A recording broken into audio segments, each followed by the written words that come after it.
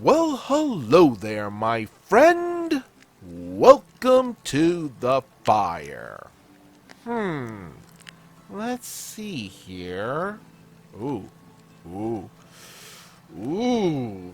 Got one heck of a horror story to share with you here. Mean-spirited that guy turned DM plays Bully the Warlock, r/RPG horror stories, posted by Edward_Warden. I considered making a throwaway account for the story since it's relatively recent and my Reddit handle is the same as my username on the site this game was hosted. But then, I remembered, you're not worth the effort, Mike. You seem to have a problem with me from almost the beginning, and you certainly weren't hiding how much you were enjoying effing with me in the last session you DM'd before I decided to leave. So, on the off chance you somehow happen to stumble upon this and your ego gets bruised, well, in your own words, every time you insulted me, deal with it. To lay the foundation briefly, it was my first year playing D&D. I played a few one-shot games and participated in a few attempts at a weekly campaign that all fell through for various reasons, but had yet to find a reoccurring group. Finally, I found a group's advertisement for a weekly online game during the pandemic and checked it out. Things seemed good at first. The group had 2 players who would alternate between DMing their respective campaigns every other week, playing a PC in the other DM's game during their off week. Since the group was small and fairly casual, this arrangement made sense as a way for neither DM to end up feeling left out, and everyone was happy with it. The initial introduction and the first few sessions go well, and everyone seems to be having fun. Well, almost everyone, with the exception of a player we'll call Mike. I don't have all the details on who Mike was outside of the game, and not all the ones I do have are relevant. But to explain the situation I was walking into with Mike, in brief, he was the group's original DM who brought them all together. The group was composed of returning players who played in his previous games and enjoyed them enough to decide to stick around. He was also the owner of the server and the one who I interviewed with and whose decision it was to ultimately been to allow me into the group. So naturally, I was concerned with staying in his good graces. At the start at least. Initially, things go very well. The other players are enjoying my characters and the combat sessions are enjoyable, if repetitive. But after a few sessions of getting to experience Mike, both as a DM and as a player, little details start to pile up and it started to make us both, well, chafe. It becomes clear Mike's playstyle, both as a DM and a player, is almost completely combat focused. His campaigns can be summed up as meat grinder games. Even when running modules, we regularly ended up in situations where tons of enemies picked bites with the party and had to be mowed down en masse, while his PCs are ultra specialized fighters who spoke rarely, if at all, and are always the first ones to rush into a fight and start killing things. And if they ever actually had a backstory, or a personality for that matter, he never shared them. There's nothing wrong with a combat-centric player/campaign on their own, of course. That's just how some people enjoy the game, and I respect that. What started getting under my skin was the immature way he started acting as it became clear that our playstyles were at odds with each other. My playstyle is more roleplay heavy, with rogues and warlocks being my favorites for charisma focus. I enjoy writing and acting out nuanced characters with, gasp, actual backstories. So I tend to have dialogue either with NPCs or other players at some point during a session. Not that any of my characters was ever a wuss in a fight, just that I preferred to either to try to peacefully defuse situations or use spells / the environment in creative ways. I don't just run up to a guy and immediately start stabbing him with a sword over and over again, which is what Mike liked to do whenever we were faced with a problem. Now, it's clear that Mike being the party's main DM for so long has left an impression on how other players in the group view D&D as a whole. They're actually pretty astounded by the characters I'm bringing to the table and tell me repeatedly they're blown away by the roleplay of what I honestly consider to be pretty average characters. They seem to be jumping at the chance to actually get some roleplay in their role-playing game instead of running straight into the meat grinder, and other DM starts tailoring his adventures accordingly, adding more downtime activities and incorporating backstory stuff into our adventures.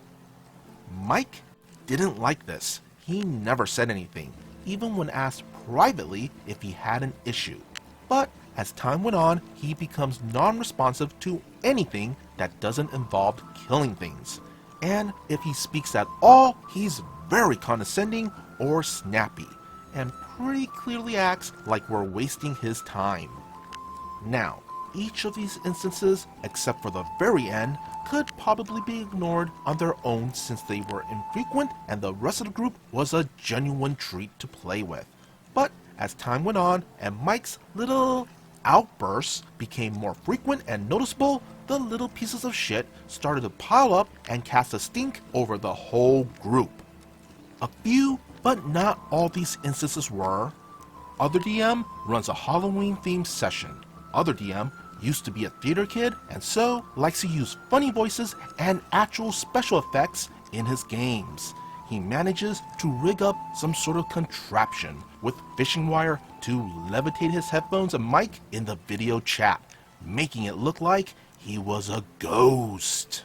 Mike doesn't notice, and when I and the other players drew attention to this and complimented other DM on his attention to detail, he gets annoyed and states other DM didn't need to go through all of that for a simple game. He also starts complaining about other DM wanting to run Tomb of Annihilation, as it was a horrible module made to kill people, and other petty BS. Other DM hastily switches mid-game to another module, and spends the final quarter of the evening awkwardly apologizing for every one of Mike's complaints, casting a pall over what had otherwise been an enjoyable evening. The time the other DM ran a dungeon crawl game, Mike was playing a big beefy Echo Knight and I was playing a sleazy rogue character. Throughout the dungeon, I'm in front, checking the hallways at regular intervals for traps. At one point, we get to a flat, empty room full of bodies. It's clear there's a trap in there, and I'm worried about going too far in and getting stuck and killed if I can't disable it. I ask Mike's Echo Knight in character if he would please send his Echo in there to see if it could trigger the trap or draw out any hidden enemies. Don't ask me how to do your job for you, he sneers. It's made clear that if there's a trap I can't find or disable, my squishy low-level rogue is expected to either somehow make it work or take the hit, even if the trap/puzzle is a two-man job. I'm also supposed to be the first one into a room in a fight, even if I've already scouted ahead and confirmed yes, there's a horde of enemies in there. To be fair, in this instance, I'm a bit sour not just towards Mike but the other players, as they saw nothing wrong with my stealth-based character acting as their damage sponge. I try to stay in good spirits even as Mike and co are laughing perhaps a little too much at me acting out how my goblin had been driven utterly insane by the end from how many times he's taken enough damage to be knocked out during every single fight. During a mid-game break in another game, I ended up alone with Mike and asked him about why he seemed to be having a bad time and if there was anything I could do to make him more comfortable. He calls my roleplay self-indulgent and says I've been distracting everyone from the actual game. I was still shrugging off the little outbursts at this point and was genuinely shocked he thought this and was really embarrassed. When everyone comes back from break, I apologized if I was boring or distracting anyone, and everyone is confused and tells me they said no such thing, reassuring me that I'm an excellent player and they loved playing with me. Mike spends the rest of the game stewing quietly. It's at this point I start taking notice of the fact Mike seems to have something against me in particular, and his general douchiness isn't just some in-character act. There was also the time that Mike tried a roleplay too. We were getting hired to go into the lair of a red dragon that destroyed the home of a local lord and stole a MacGuffin he needed for a dark ritual. Mike was incredibly confrontational with the lord throughout this entire encounter, since, As a servant of justice, he is against attacking people. without provocation, His justification was that, the dragon hasn't hurt us yet. and the agents of this dragon had, Helped us. when they showed up and killed some unrelated bad guys we had been fighting during an earlier quest. We point out that the dragon had already broken into and destroyed the Lord's estate, and even if he hasn't directly attacked us yet, it wouldn't matter if he completes the dark ritual and ends the world. Now, Sir Dipshit, however, wasn't hearing any of it, insisting that breaking into the lair of a red dragon was burglary, and he's Dedicated to keeping the peace. and wouldn't act against a dragon that's Minding his own business. this bout of what can only be described as pure, undiluted, lawful stupid has caught us all totally by surprise, as up to this point, Mike had been playing this guy as a neutral, money-hungry mercenary that only cares about killing things and getting paid. The session gradually turns into me, the other player, and the DM in character as the Lord, desperately trying to convince Mike, both in and out of character, to fight the clearly evil dragon. During the whole thing, he is constantly insulting both the party and his liege lord, and even implies that he might become our enemies for trying to rope him into what he somehow convinced himself is some sort of sinister plot against the BBEG and his homicidal cultists. Every week when we switch campaigns, I would change my nickname on Discord to that week's character name and make it easier for everyone to keep track of who I'm playing. Sometimes I would also put in funny little names like Sir Stabs-a-Lot or the unlucky Mr. Kringlebottom, whose life is suffering, for people to notice, and everyone gets a little laugh out of it. Except for Mike, naturally. One week, Mike uses his admin powers to change my name to Stop being so melodramatic. and keeps it there. In both campaigns, we sometimes use DMPCs to fill out the party. I know, red flag, but it made sense, since how few of us there were and how stacked with enemies these encounters tended to be. Other DMs handled it very well, keeping the DMPCs in the back and really only becoming involved in party affairs when we needed some extra healing/tanking. Now Mike, on the other hand, loved your typical r/RPG horror stories bad DMPCs. They routinely save our asses, often also making a point to taunt us for being so weak, drawing attention to how lucky we were that they were there to save us. At first, they only showed up when we needed them, but their presence and importance to the narrative slowly inflated to the point that they were constantly escorting us around, strongly suggesting what actions we took to advance the plot. For example, if he needed us to acquire a MacGuffin and the DMPCs wanted us to kill the guy who had it, no amount of negotiations or attempt to steal it would make the party part with it peacefully. The worst parts were when he would yank our chains by initially going along with whatever non-violent plan that we made and then having his DMPCs intentionally botch it by running in and randomly killing people at the worst possible moment, forcibly turning what we were trying to make a roleplay session into a combat session. And this leads to the next point. Now, I don't expect any DM to be Matt Mercer, but by the end of it, it was quite noticeable that all of Mike's NPCs fall into one of two categories of voices: a-holes or weeaboos. A-holes are pretty self-explanatory. Even when they're supposed to be our friends or allies, they're either constantly insulting us or implying that we're wasting their time. Even quest companions were often vaguely racist, insulting us based on our races, like calling the tiefling to his face a Filthy devil spawn.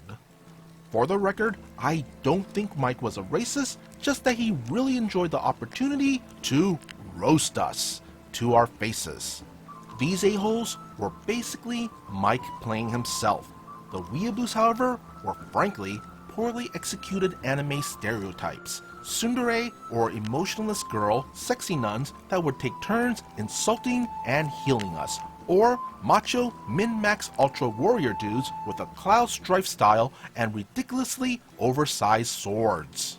Bonus points if they were also under a curse and either constantly cracking unfunny jokes or obnoxiously brooding.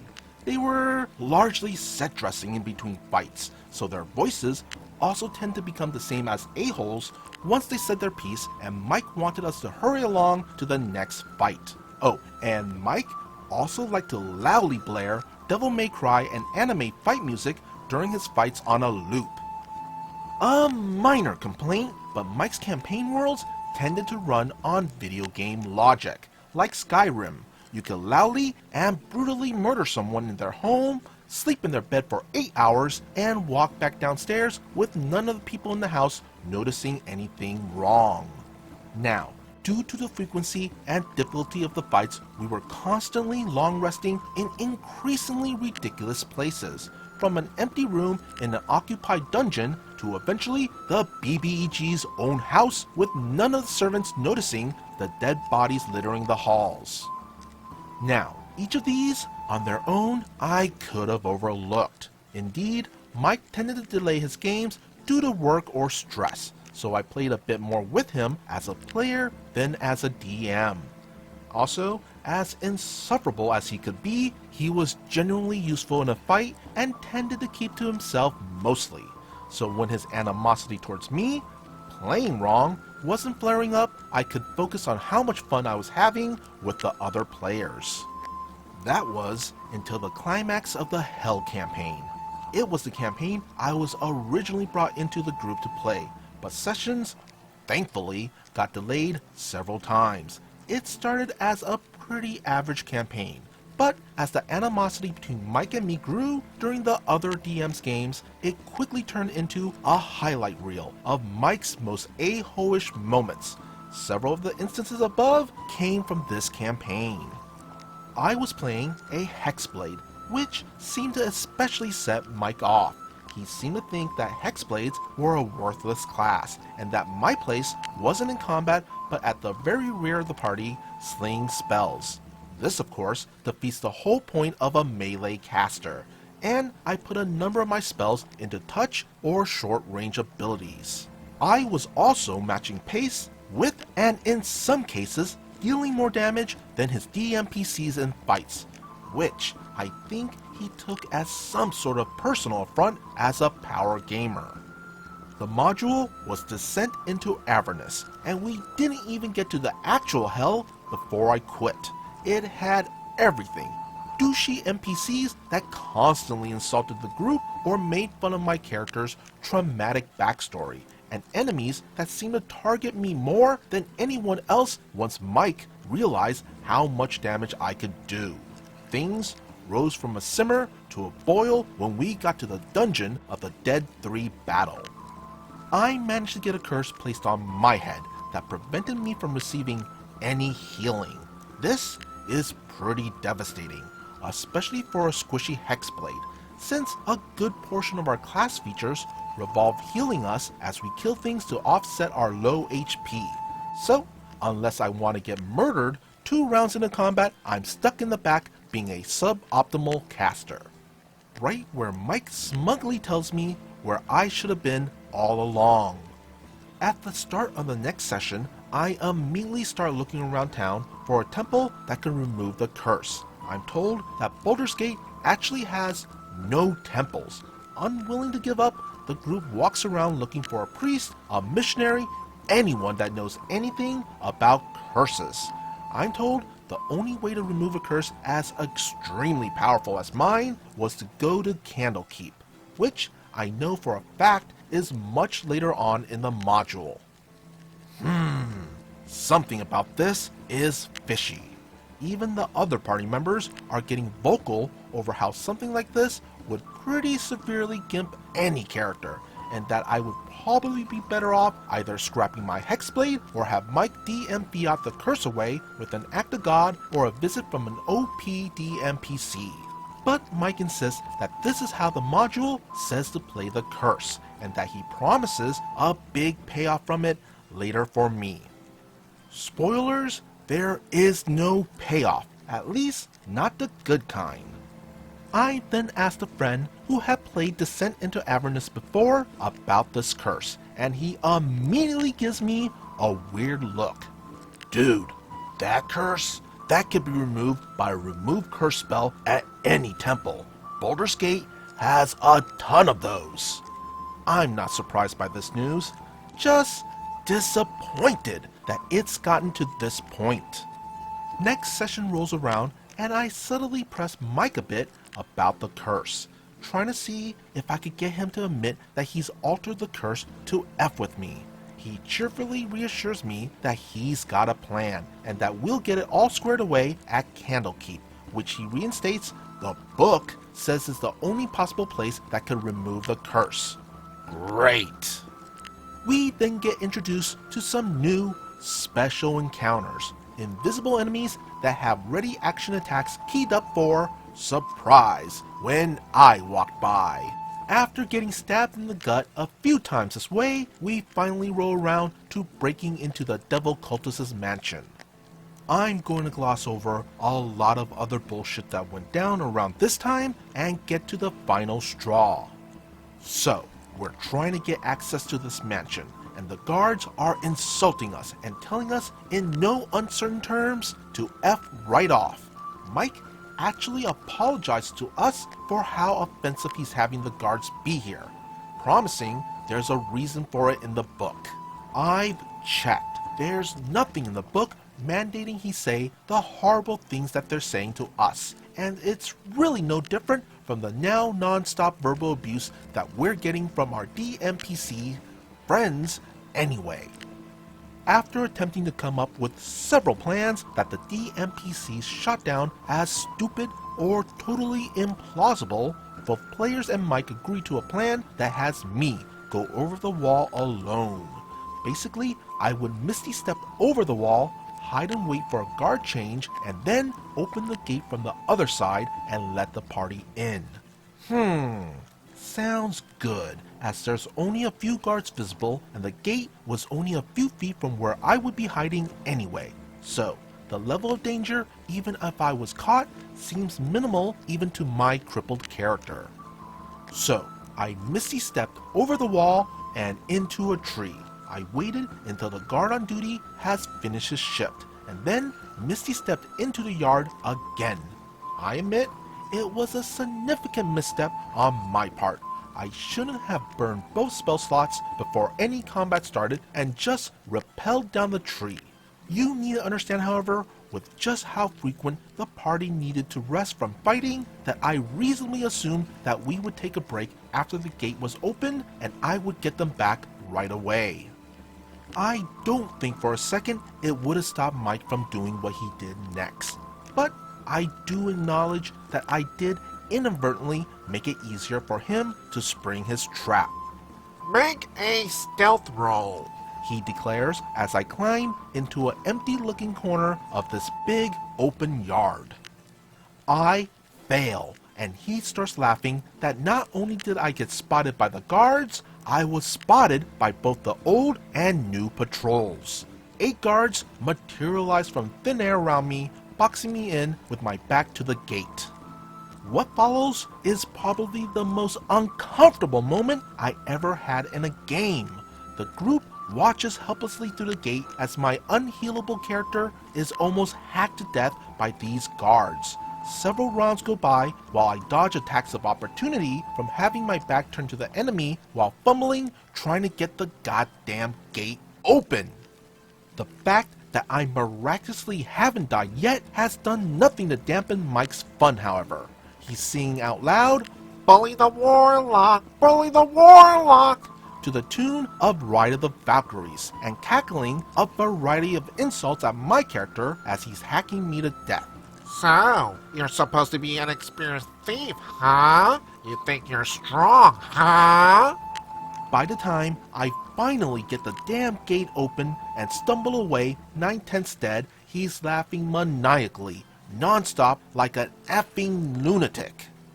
Look, I'm all for bad rolls or stupid actions having consequences, but there is no hiding the fact that he was taking downright perverse pleasure in trying to kill my character. I'm almost entirely detached at this point, numbly mumbling what my character is doing in the back of the group as everyone else fights. This makes Mike howl with laughter even harder. I PM the other DM who's also playing and let him know that I've probably never felt more humiliated playing a game in my entire life. He's been awkwardly chuckling along while this whole thing has been happening and tells me, ugh, it's just part of the game, right? No. Just F no. I abruptly tell everyone I'm rolling a die, and they ask me what the roll is for. To see if my character kills himself on the spot over this or not.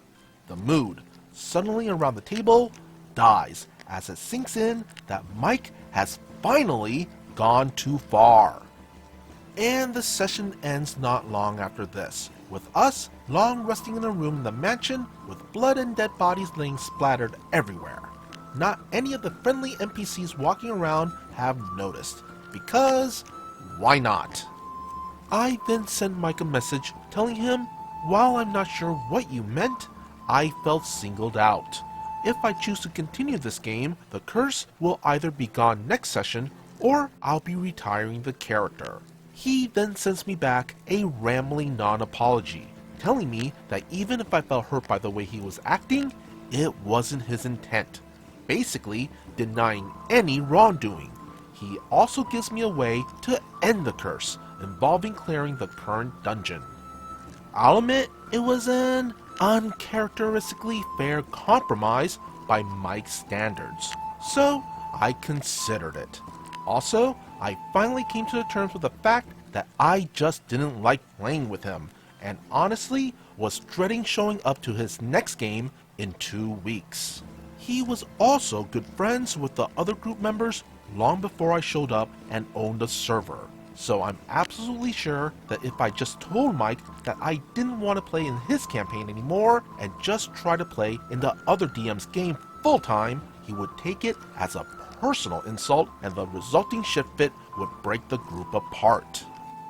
I also wasn't certain that the other group members would take my side over Mike's either, as I already had been putting out feelers and drawing to some of his more questionable moments as they happened.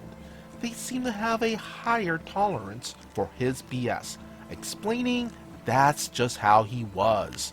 He was having a bad day. Maybe you misunderstood his humor, and etc. Now, I don't fault them. Really, I don't.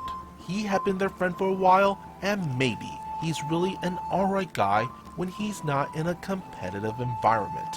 But that's just not my problem. We played one more game after that, which was run by the other DM.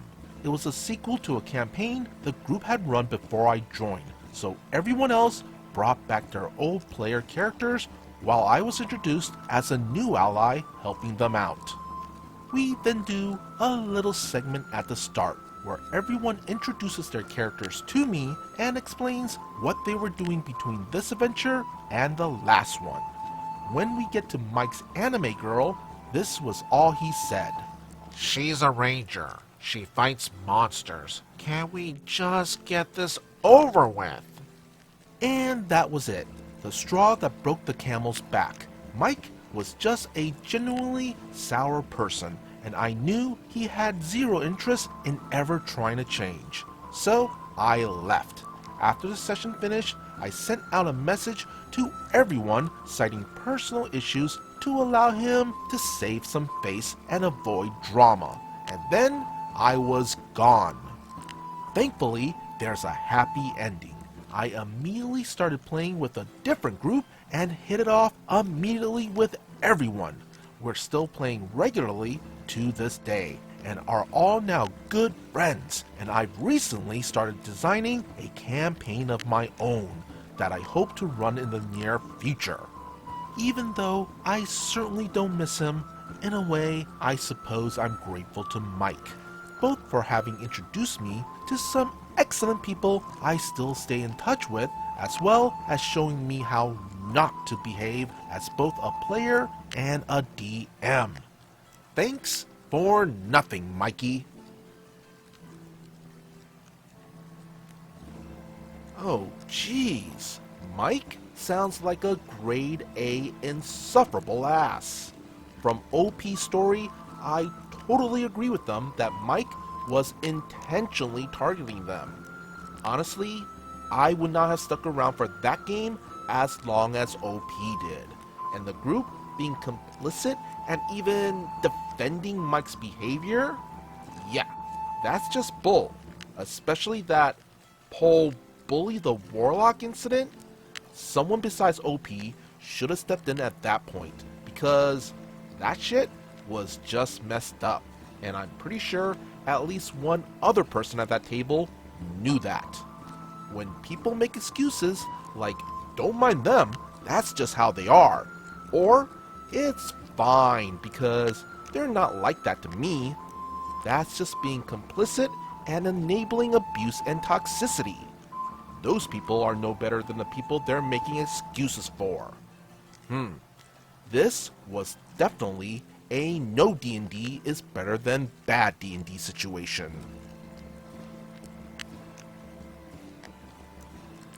Be sure to hit that like and subscribe button if you want to see more content like this. And would you kindly follow the socials posted in the description below. As always, be good, be great, be awesome.